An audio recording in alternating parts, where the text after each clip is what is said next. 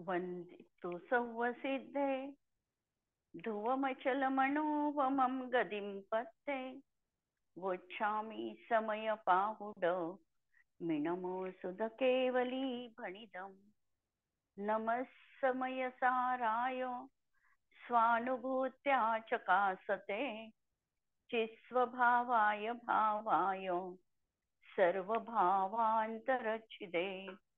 अंतिम शासन नायक 1008 भगवान महावीर स्वामी की जय। द्वादशांग श्रुतदेवी की जय। स्वाध्याय कक्ष संपेपर्यंत आपणा सर्वांना चतुर्विध आहाराचा त्याग असणार आहे। समयसार ग्रंथ आपण बघतो आहे आणि निर्जराधिकारामध्ये आम्ही अंगांच्या संबंधामध्ये गाथा बघत होतो आणि 8ही अंगांच्या गाथा आमच्या झालेल्या आहेत। जीवनामध्ये प्रभावना करण्याची अनेक उदाहरणं आम्हाला या पंचम काळामध्ये देखील पाहायला मिळतात। 300 वर्ष प्राचीन उदाहरण मी टोडरमलजींच्या वेळेचं इंद्रध्वज पूजा त्यांनी केली त्यावेळेचं उदाहरण सांगितलेलं आहे। अशाच तऱ्हेचं ज्या वेळेला शांतीसागर महाराजांनी आचार्यपद बहाल केलं त्यावेळेला वीरसागर महाराज हे त्या ठिकाणी महाराजांजवळ हजर नव्हते। त्यांनी हातोहात कानोकानी वार्ता पोहोचवून त्या ठिकाणी आचार्य पदवी दिली किंवा शांतीसागर महाराजांना जे समडोळी या नगरीमध्ये आचार्य पद बहाल केल्या गेलं ती देखील त्या काळामधली एक उत्कृष्ट प्रभावना होती। कारण जवळपास मुनी धर्माचा थोडाफार प्रमाणामध्ये अस्त झालेला होता। 3च मुनी दक्षिणेमध्ये शिल्लक होते आणि आचार्य ही पदवी सर्वप्रथम शांतीसागर महाराजांना देऊन त्या ठिकाणी चतुर्विध संघाची स्थापना करून एक अभूतपूर्व प्रभावना त्याही काळामध्ये केल्या गेली। किंवा विद्यासागर महाराजांना ज्ञानसागर महाराजांनी जे अजमेर नगरीमध्ये आचार्य पद बहाल केलं ती देखील एक अलौकिक घटना 50-60 वर्षापूर्वी साधारणतः घडलेली आहे। आजही आम्ही कुंडलपूरमध्ये जर बघितलं तर अशाच प्रकारची प्रभावना आम्हाला झालेली दिसते। तर ही सगळी प्रभावनांची उदाहरणं आहे। पंचकल्याणी तर आज अतोनात प्रमाणामध्ये होतात आहे आणि त्याही अनुषंगाने प्रभावना जैन धर्माची महती आम्हाला पाहायला मिळते। महावीर जयंती देखील आम्ही खूप चांगल्या शालीनतेने आणि उत्साहवर्धक वातावरणात जर आम्ही संपन्न केली तर त्याच्याही इतर जनमानसांवर फार मोठा परिणाम घडतो आणि जैन धर्म हा शांतीप्रिय आहे हाही संदेश लोकांना पोचतो। तर अशी ही आम्ही सम्यक दर्शनाची 8 अंग प्रभावना अंग सहित अशी अंग आम्ही बघितली आणि या आता थोडासा आपण या गाथांच्या अनुषंगाने जो उपसंहार आहे आणि त्यानंतर शेवटचं अंत्यमंगल येणार आहे आणि हा निर्जराधिकार समाप्त होणार आहे। तर काल आपण प्रभावनाच्या अंगासंबंधात जे बघितलं त्याच्यानंतर पुढचं प्रकरण आपण बघतो आहे भावार्थामधलं, म्हणजे 236 गाथा आपल्या पूर्ण झालेल्या आहे आणि त्यानंतर येणारा भावार्थ आणि त्याच्यामध्ये दुसरा प्यारा आपण बघतो आहे। येथे निश्चय नयाच्या प्रधानतेने कथन आहे, म्हणजे जी 8 अंग आचार्यांनी समयसार मध्ये सांगितले। अनेक ग्रंथांमध्ये 8 अंगांचं स्वरूप आहे। आम्ही 2 ग्रंथांचं तुलनात्मक अध्ययन करून व्यवहार नयानी हे स्वरूप कसं आहे हे बघितलं। याच्यामध्ये रत्नकरण श्रावकाचार आणि पुरुषार्थ सिद्धी उपाय या 2 ग्रंथातल्या आपण 8ही अंगांच्या गाथा आपण बघितलेल्या आहे। आणि या समयसार मध्ये जे 8 अंगांचं कथन आलं आहे हे निश्चय नय प्रधानतेने आलं। निश्चय नय म्हणत असताना आमची दृष्टी आमच्या स्वतःवर वळली पाहिजे आणि व्यवहार नय म्हणत असताना आणि त्या अनुषंगाने त्याच्या जीवनामध्ये जे बाह्य आचरण आहे याला प्रधानता देऊन कथन केल्या जातं। म्हणून आत्म्याचे परिणाम निशंकादी रूपाने सांगितले आहे। त्याचा सारांश असा समजावा। जो सम्यक दृष्टी आत्मा आपल्या ज्ञान श्रद्धानामध्ये निशंक असतो, अर्थात ज्ञान श्रद्धानामध्ये निशंक असतो याचा अर्थ तो आपल्या त्रिकाली स्वभावाला अत्यंत निशंकितपणे मी परमात्मा आहे, माझ्यात अनंत ज्ञानादी गुण आहे, मी ज्ञान दर्शन स्वभावी आहे, हे अत्यंत निशंकपणे अकाट्य विश्वास त्याचा आपल्या स्वतःच्या आत्मतत्वावर आहे. मी आहे याच्यावर त्याचा विश्वास आहे आणि म्हणून तो अत्यंत निशंक आहे. मला कुणी मारू शकत नाही, कुणी काहीही करू शकत नाही, अशा तऱ्हेने तो प्रत्येक भयाच्या अतिक्रांत आहे. म्हणून भयाच्या निमित्ताने स्वरूपापासून च्युत होत नाही अथवा शंकायुक्त होत नाही, यास निशंकित गुण समजावा.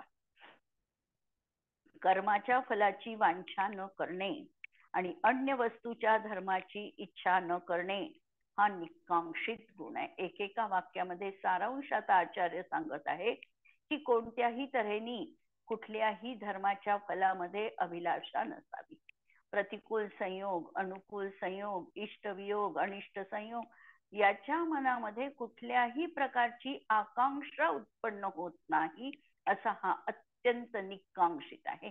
कारण आकांक्षा करणं किती निरर्थक आहे हे त्याला जीवनामध्ये समजलेलं आहे. इच्छा आणि इच्छा तृप्ती ही कधीही मेळ खात नाही आणि म्हणून जिथे कांक्षेची निरर्थकता जाणतो तो, तिथे तो खऱ्या अर्थाने निकांक्ष जीवनात बनतो. नंतर तिसरं, वस्तूच्या धर्मामध्ये ग्लानी न करणं. प्रत्येक वस्तूचा जो स्वभाव आहे, या स्वभावाचा कोणतीही वस्तू त्याग करू शकत नाही आणि म्हणून कोणत्याही वस्तू प्रति घृणा उत्पन्न न होणे हा निर्विचिकित्सा नावाचा निश्चयनयानी गुणधर्म आहे. जो स्वरूपामध्ये मूढ होत नाही आणि यथार्थ जाणतो त्यास अमूढ दृष्टी गुण समजावा. आत्म्याच्या गुणामध्ये कुठेही प्रकारची आता मूढता, मूर्खपणाचा भाव, विपरीत श्रद्धा जीवनामध्ये असत नाही. सगळी जी मान्यता आहे ही अत्यंत समीचीन बनलेली आहे. आत्मा जसा आहे तसा तो जाणतो आहे. तो शुद्ध द्रव्यार्थिक नयानी कसा आहे, पर्यायार्थिक नयानी कसा सांगितलेला आहे, व्यवहार नयानी त्याला कसं म्हटल्या जातं, या सगळ्या गोष्टींचा त्यांनी सांगोपांग अभ्यास करून निश्चय नयानी जे आत्म्याचं स्वरूप दाखविलेलं आहे, या स्वरूपावर त्याची प्रगाढ श्रद्धा आहे. समजण्याच्या कक्षेपर्यंत व्यवहार आणि निश्चय दोनही नय त्यांनी स्वीकारलेले आहे. पर्यायार्थिक नयानी आणि द्रव्यार्थिक नयानी वस्तूचं स्वरूप जाणून घेतलेलं आहे, पण जाणल्यानंतर त्याच्यामधलं जे निस्सार तत्व आहे, ज्याचा अनुभूतीसाठी उपयोग होऊ शकत नाही, अशा तत्वामध्ये मूढ दृष्टी न ठेवता, परसमयी न बनता, रागाच्या विकल्पाला आत्मरूप न समजता, शरीरादिकांना पररूप मानून या मूढत्वाचा त्यांनी जीवनामध्ये त्याग केलेला आहे आणि अशा तऱ्हेने तो असा अमूढ दृष्टी अंगधारी म्हटल्या जातो. पाचवं अंग आहे उपगोहन. आत्म्याला शुद्ध स्वरूपामध्ये स्थिर करून आत्म्याची शक्ती वाढविणे, अन्य धर्मांना गौण करणे हा उपबृहण अथवा उपगोहन अंग आहे. निरंतर हा स्वतःच्या स्वरूपामध्ये स्थित आहे आणि त्यामुळे साहजिकच आत्मिक बल जे आहे, आत्मसामर्थ्य जे आहे, हे त्याच्या जीवनात वाढणार आहे आणि म्हणून तो उपबृहण आत्मेची शक्ती वाढविणारा असा म्हटल्या जातो. जो सम्यक दर्शन ज्ञान चारित्र्यापासून भ्रष्ट झालेल्या आपल्या आत्म्याला मोक्ष मार्गामध्ये स्थिर करतो, त्याला स्थितीकरण गुण समजावा. कधी कधी कर्मोदयाचा असा काही उद्रेक जीवनामध्ये असतो की हा स्वतःला सांभाळू शकत नाही आणि या सम्यक दर्शन ज्ञान चारित्र्यापासून कदाचित थोडाफार चलायमान होतो.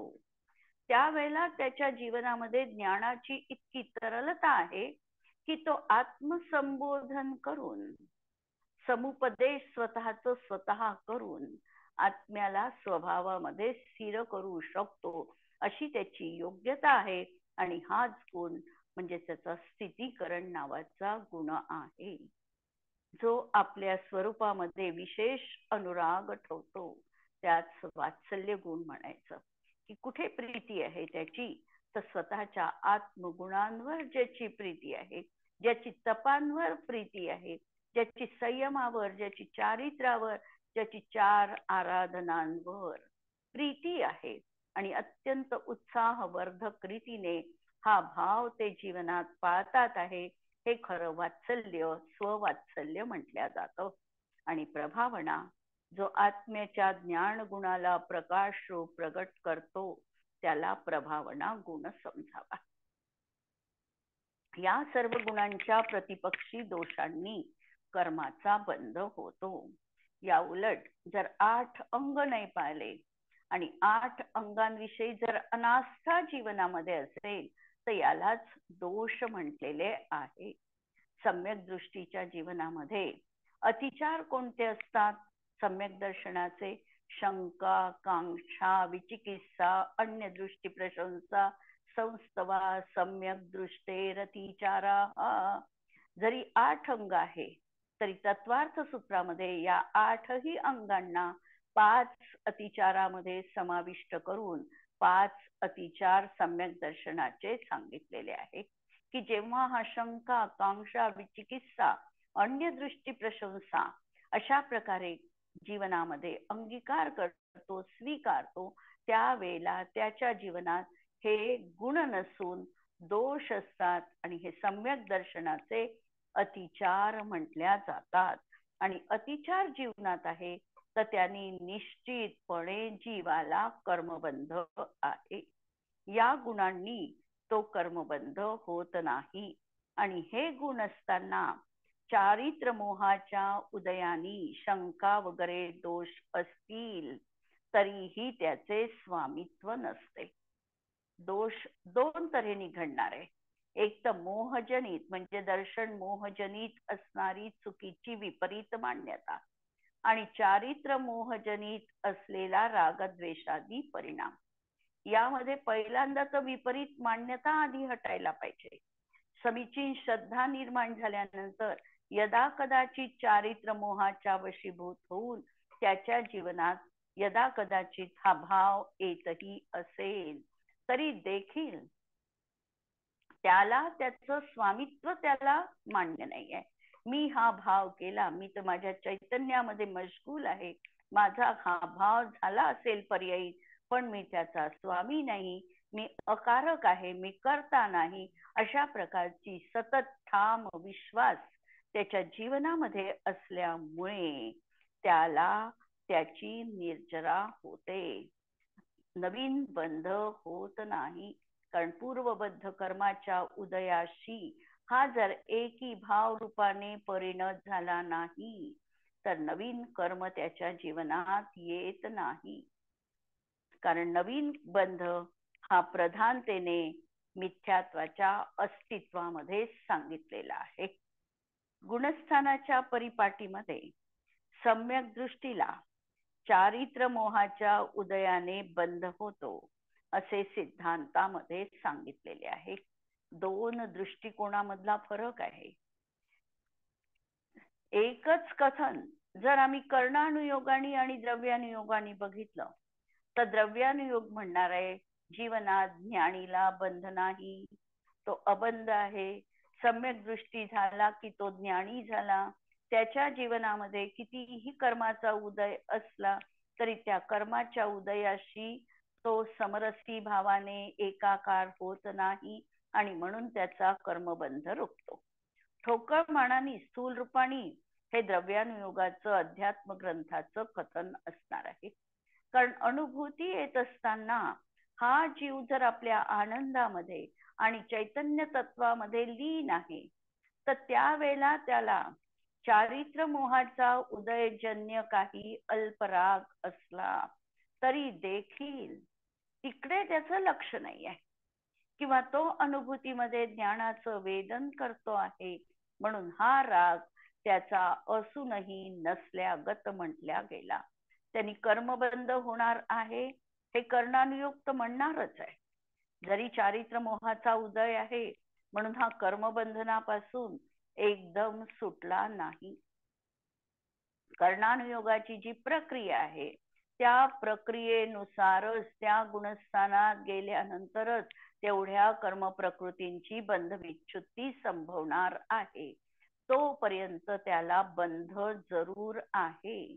हे सिद्धांत ग्रंथामध्ये विशेषतः कर्णानुयोग गोमटसारादी ग्रंथामध्ये असं काटेकोर वर्णन आम्हाला आढळतं.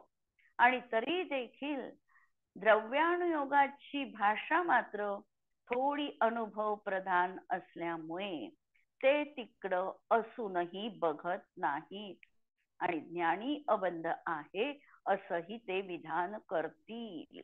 पण आम्हाला समजताना ही सगळी प्रक्रिया नीट लक्षात घ्यायची असणार आहे. म्हणून असे सिद्धांतामध्ये सांगितले आहे. तो देखील निर्जरा रूपच समजावा. कारण सम्यक दृष्टीला ज्याप्रमाणे पूर्व समयात मिथ्यात्वाच्या उदयाच्या वेळी बांधलेले कर्म निर्जरा होऊन निघून जाते, तसेच नवीन बांधलेले सुद्धा कर्म निर्जरा रूपाने निघून जाते. कारण ज्ञानीला कर्मोदयामध्ये स्वामीपणाचा अभाव आहे, म्हणून तो आगामी बंधरूप नाही, निर्जरा रूपच आहे. ज्याप्रमाणे कोणी दुसऱ्याचे द्रव्य उधार उसनवार आणतो, त्याची त्यामध्ये ममता नसते. वर्तमान काळी त्या द्रव्यापासून जे कार्य करायचे आहे ते करून घेऊन त्याच्या मालकाला कराराप्रमाणे ठराविक वेळी तो देऊन टाकतो. तोपर्यंत ते द्रव्य आपल्या घरामध्ये पडून राहिले तरी त्यामध्ये ममत्व बुद्धी करत नाही, म्हणून त्या पुरुषाला त्या द्रव्याचे बंधन नाही. दुसऱ्याला देण्यासारखेच आहे. याप्रमाणे उदाहरण लक्षात आलं असेल. द्रव्यानुयोग हे बघतो की द्रव्यानुयोग म्हणतो आहे, नाही आहे असं नाही आहे, पण त्याचं स्वामित्व स्वीकारलं का? तू त्याला म्हटलं का माझं आहे? एखाद्या ठेवीदाराने आपल्याकडे ठेव आणून दिली, 100 रुपये ठेवण्यासाठी दिले. आम्ही काय करणार? आम्हाला ते 100 रुपये माझे वाटतात आहे का? अर्थात माझे वाटत नाही, कारण आम्हाला माहिती आहे की हे 100 रुपये तात्पुरते मला ठेवण्यासाठी दिलेले आहे. मला त्याचे पैसे ते वापस करणं आहे. म्हणून त्याच्यावर त्याचा अधिकार जसा तो सांगत नाही, त्याप्रमाणे या कर्मामध्ये देखील कर्माच्या उदयावर तो आपला अधिकार सांगत नाही. तो त्याचा स्वामी बनत नाही, मालक बनत नाही. आणि म्हणून त्या कर्माचा उदय आला तरी देखील निर्जरा झाली. अशा प्रकारे या कथनामधलं रहस्य आम्हाला समजायचं आहे. म्हणून ते कर्म हजर असूनही नसल्याप्रमाणे निर्जरा समान समजावे. हेच निशंकतादी गुण व्यवहाराने व्यवहार मोक्ष मार्गामध्ये लावून घ्यावे. जिनवचनामध्ये संदेह न ठेवणं, व्यवहार आणि स्वरूप.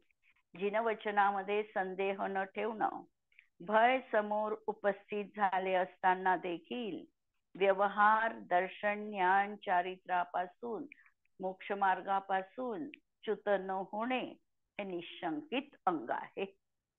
संसार देह भोगाची इच्छा करून तसेच अन्य मताची वांछा करून व्यवहार मोक्ष मार्गापासून न ढळणे हे निकांक्षित अंग आहे. अपवित्र दुर्गंधी वस्तूच्या द्वारा व्यवहार मोक्ष मार्गाच्या प्रवृत्तीमध्ये ग्लानी न करणे हे निर्विचिकित्सा अंग आहे. देवशास्त्र गुरु लोकप्रवृत्ती अन्यमत कल्पित तत्वस्वरूपामध्ये मूढता न करणे, तत्व यथार्थ समजून वागणे हे अमूढ दृष्टी अंग आहे. धर्मात्मा पुरुषाप्रमाणे कर्मोदयाने दोष उत्पन्न होतात, त्यांना गौण करून व्यवहार धर्माची प्रवृत्ती वाढविणे हे उपगुहन किंवा उपबृहण अंग आहे. व्यवहार मोक्ष मार्गापासून च्युत होणाऱ्या स्थितीचे स्थिर करणे हे स्थितीकरण अंग आहे. ज्याप्रमाणे गायीचा वासरावर अनुराग असतो, तद्वत व्यवहार मोक्ष मार्गाने चालणाऱ्या साधर्मी बंधवांमध्ये गाढ अनुराग करणे हे वात्सल्य अंग आहे.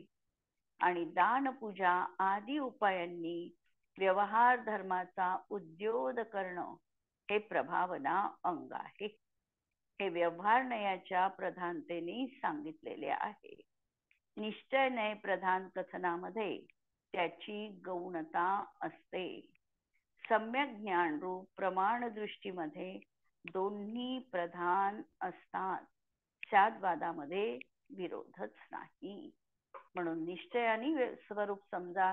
आचार्यांनी सांगताना या ठिकाणी जरी निश्चय सांगितला, कारण समयसार आहे, समयसार मध्ये निश्चयावर दृष्टी प्रधानतेने असणार आहे, पण याचा अर्थ असा नाही की त्यांना व्यवहार धर्म मान्य नाही. व्यवहारामध्ये जी भूमिका आचरण शास्त्रामध्ये सांगितलेली आहे ती ज्याच्या जीवनात निश्चय आहे, निश्चयाने अंगांचं पालन आहे, त्याच्या जीवनामध्ये व्यवहार रूप अंगांचं पालन निश्चितपणे असणारच आहे. आणि यामध्ये 4 अंग व्यवहाराने जी प्रतिपादन केलेली आहे ही सामाजिक बांधिलकी म्हणून देखील अत्यंत लक्षात घेण्यासारखी आहे. उपगुहन अंग, स्थितीकरण अंग, वात्सल्य आणि प्रभावना. 4 अंग तर आम्ही स्वतःसाठी वैयक्तिकरित्या लावू शकतो आणि लावली पण आहे, पण ही जी शेवटची 4 अंग आहे ही निश्चय नयाने पण लावायची, व्यवहार नयाने लावायची आणि सामाजिक जीवनामध्ये जेव्हा आम्ही जीवन यापन करतो आहे तेव्हा इतरांच्या प्रती देखील यथा योग्य प्रतिपत्ती कशा प्रकारची सांगितलेली आहे. आमच्या सोबत आमचे एखादे ज्ञानी असतील तशा प्रकारचं, तर त्यांच्या समोर तशाच प्रकारचा व्यवहार असायला पाहिजे. आम्ही जी भावना भावतो, सत्वेषु मैत्रीम गुणीषु प्रमोदम क्लिष्टेषु जीवेषु कृपापरत्वम माध्यस्थ भावम विपरीत वृत्तौ सदा ममात्मा विदधातु देव. अमित गती आचार्यांचं हे मोठं सामायिक आहे आणि या मोठ्या सामायिकातला हा पहिला श्लोक आहे. अमित गती आचार्यांनी 32 श्लोकांचं संस्कृत मधलं जे सामायिक लिहिलं त्याच्यामध्ये पहिल्यांदा सामायिकाच्या आधी सर्वात पहिल्यांदा भावना त्यांनी ही भावलेली आहे की सत्वेषु मैत्रीम. सत्वेषु मैत्रीम म्हणत असताना या जगामध्ये निगोदी जीवांपासून जितकी जीवसृष्टी आहे, जीवसृष्टी अनंतानंत सांगितलेली आहे. आम्ही जीवाची भेद प्ररूपणा जर आम्ही बघितली तर निगोदी जीवांपासून सिद्ध जीवांपर्यंत निगोदी जीवांचे देखील भेद किंवा पृथ्वी पाणी अग्नी वायू यांचे देखील भेद प्रभेद सूक्ष्म बादर, नंतर वनस्पती कायिकाचे भेद, निगोद साधारण वनस्पती आणि प्रत्येक वनस्पती, नंतर साधारण वनस्पती म्हणजेच निगोदी जीव आणि या निगोदी जीवांचे देखील 2 भेद, एक नित्य निगोद आणि एक इतर निगोद आणि प्रत्येक प्रतिष्ठित वनस्पती आणि सप्रतिष्ठित प्रत्येक आणि अप्रतिष्ठित प्रत्येक अशा रीतीने वनस्पतीचे देखील 2 भेद. जेव्हा आम्ही 19 जीव समास लावतो, जीव समासाचे तर अनेक भेद प्रभेद आम्ही पाहू शकतो. 14 जीव समास द्रव्य संग्रहकारांनी सांगितले. नंतर 19 जीव समास आम्ही जे नेहमी लावतो, 19 नंतर 57 लावतो, काही ठिकाणी 98 लावतो, कधी कधी आम्ही 406 देखील जीव समास पाहतो. जीव समास पाहण्याचा दृष्टिकोन काय आहे की ही सगळी जीवराशी या जगामध्ये अशा तऱ्हेने विद्यमान आहे जी आचार्यांनी आम्हाला प्रतिपादन केलेली आहे आणि या सर्व जीवसृष्टीवर माझी मैत्रीची भावना असो, मैत्री भावना असो म्हणजे त्यांच्याविषयी माझ्या अंतःकरणामध्ये एक प्रकारचा यांच्यामध्ये देखील जीवत्व शक्ती आहे अशा प्रकारचा एक भाव अंतरंगात असावा, ही आहे मैत्री भावना. म्हणून सत्वेश मैत्रीम पहिलं सांगितलं. गुणीषु प्रमोदम, गुण जिथे कुठे आम्हाला दिसतील, थोडंही गुणाधिक्य दिसत असेल आम्हाला, तर त्यांच्याविषयी आमच्या अंतःकरणामध्ये अशा प्रकारचा आदर भाव असायला पाहिजे. गुण आहे ते वंदनीय आहे, त्या गुणांची कदर आम्हाला कळायला पाहिजे. आणि गुणाची कदर कोण करू शकतो, तर गुणी गुणीषु वेत्ती, जी गुणवान व्यक्ती असते तीच गुणांना जाणू शकते. ज्याच्याजवळ गुणच नाही किंवा जे गुण काय आहे हे त्याला ज्ञात नाही, तो गुणांना देखील जाणू शकत नाही.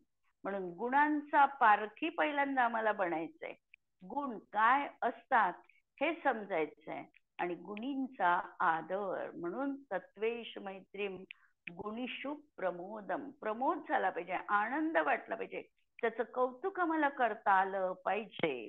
तर गुणीषु प्रमोदम. क्लिष्टेषु जीवेषु कृपापरत्वम, जे जगामध्ये दीन दुःखी जीव आहे त्यांच्याविषयी काय असलं पाहिजे अंतरंगामध्ये, क्लिष्टेषु जीवेषु कृपापरत्वम, करुणतेचा भाव. जे का रंजले गांजले त्यासी म्हणे जो आपुले, देव तेथीची जाणावा. त्या ठिकाणी मला माझा देव दिसला पाहिजे, त्यांची सेवा शुश्रूषा मला त्याच तितक्याच निष्ठेने करता आली पाहिजे, हा भाव अंतरंगामध्ये असला पाहिजे. हे झालं क्लिष्टेषु जीवेषु कृपा परत्वम आणि माध्यस्थ भावम विपरीत वृत्तौ. आणि आमच्या विपरीत जाणारे जर कुणी असतील, म्हणजे जैन धर्म पाळणारे नाही, याविषयी ते अनास्था ज्यांच्या अंतरंगामध्ये आहे किंवा टिंगल करण्याचे ज्यांचे भाव आहे, त्यांच्याविषयी आम्ही त्यांना पटवून देण्याचा प्रयत्न करणं आमचं कर्तव्य आहे. पण नाही ते समजू शकले तर त्यांच्या प्रती माध्यस्थ भाव, त्यांचं अहित व्हावं हा भावही मनात न येणं. ठीक आहे, ते त्यांच्या परिणामामध्ये आहे, मी माझ्या परिणामामध्ये आहे, त्यांच्यामुळे मी माझा आत्म्याचं अहित करणार नाही, त्यांच्याविषयी माझा मध्यस्थ भाव आहे, हर्ष नाही, विषाद नाही, एक त्रयस्थ तटस्थ भाव मी जीवनात आहे. अशा तऱ्हेची ही भावना, वात्सल्य भावना आमच्या जीवनामध्ये आम्हाला सांगितलेली आहे. म्हणून स्थितीकरण, वात्सल्य ह्या सगळ्या भावना आम्हाला या ठिकाणी बघायचा आहे. म्हणजे व्यवहार दृष्टिकोन, निश्चय दृष्टिकोन आणि प्रमाणाच्या दृष्टीतून हे दोनही प्रधान आहे. कारण आम्ही अनेकांताला मांडणारे आहे आणि अनेकांताला मांडणारे असल्यामुळे प्रत्येकाच्या भूमिकेनुसार आम्ही योग्य ते बघणार आहोत. अशा तऱ्हेने निर्जराधिकार आता पूर्ण झाला. निर्जरेच्या स्वरूपास यथार्थ जाणणारा, तसेच नवीन कर्मबंध रोखून निर्जरा करणारा सम्यक दृष्टी आहे.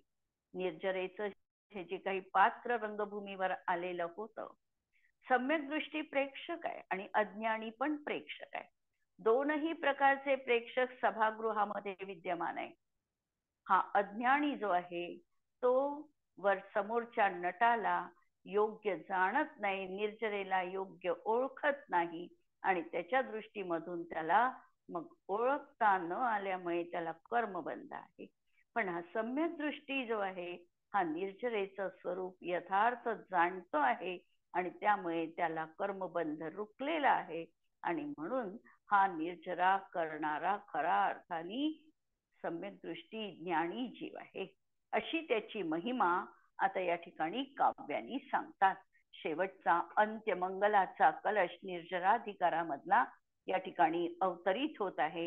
162 नंबरचा कलश. रुंधन बंधम नवमिति निजे संगतोष्टाभिरंगे प्राग्बद्धं तु क्षयमुपनयन् निर्जरो जृम्भणेन सम्यक् दृष्टि स्वयमतिरसादादिमध्यान्तमुक्तं ज्ञानं भूत्वा नटति गगना भोगरंगविगाह्य. पूर्वोक्त प्रकारांनी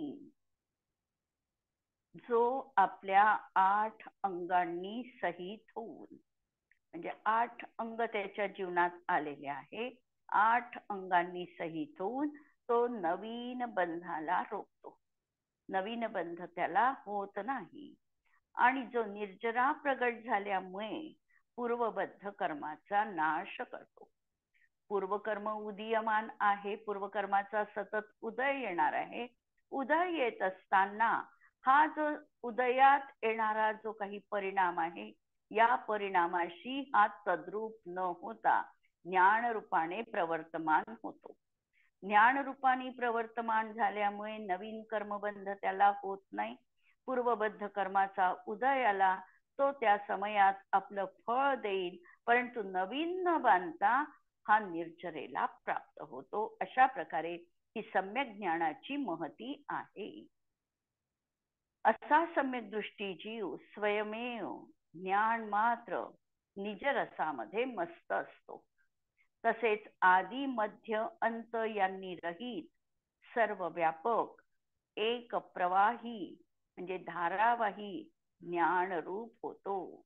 आणि आकाशाचा मध्यरूप जी अति निर्मल रंगभूमी त्यामध्ये अवगाहन करून नृत्य करतो.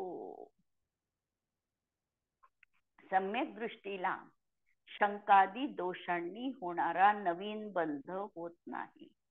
उलट 8 अंगांनी सहित असल्यामुळे निर्जराच्या उदयाने पूर्वबद्ध कर्माचा नाश होतो.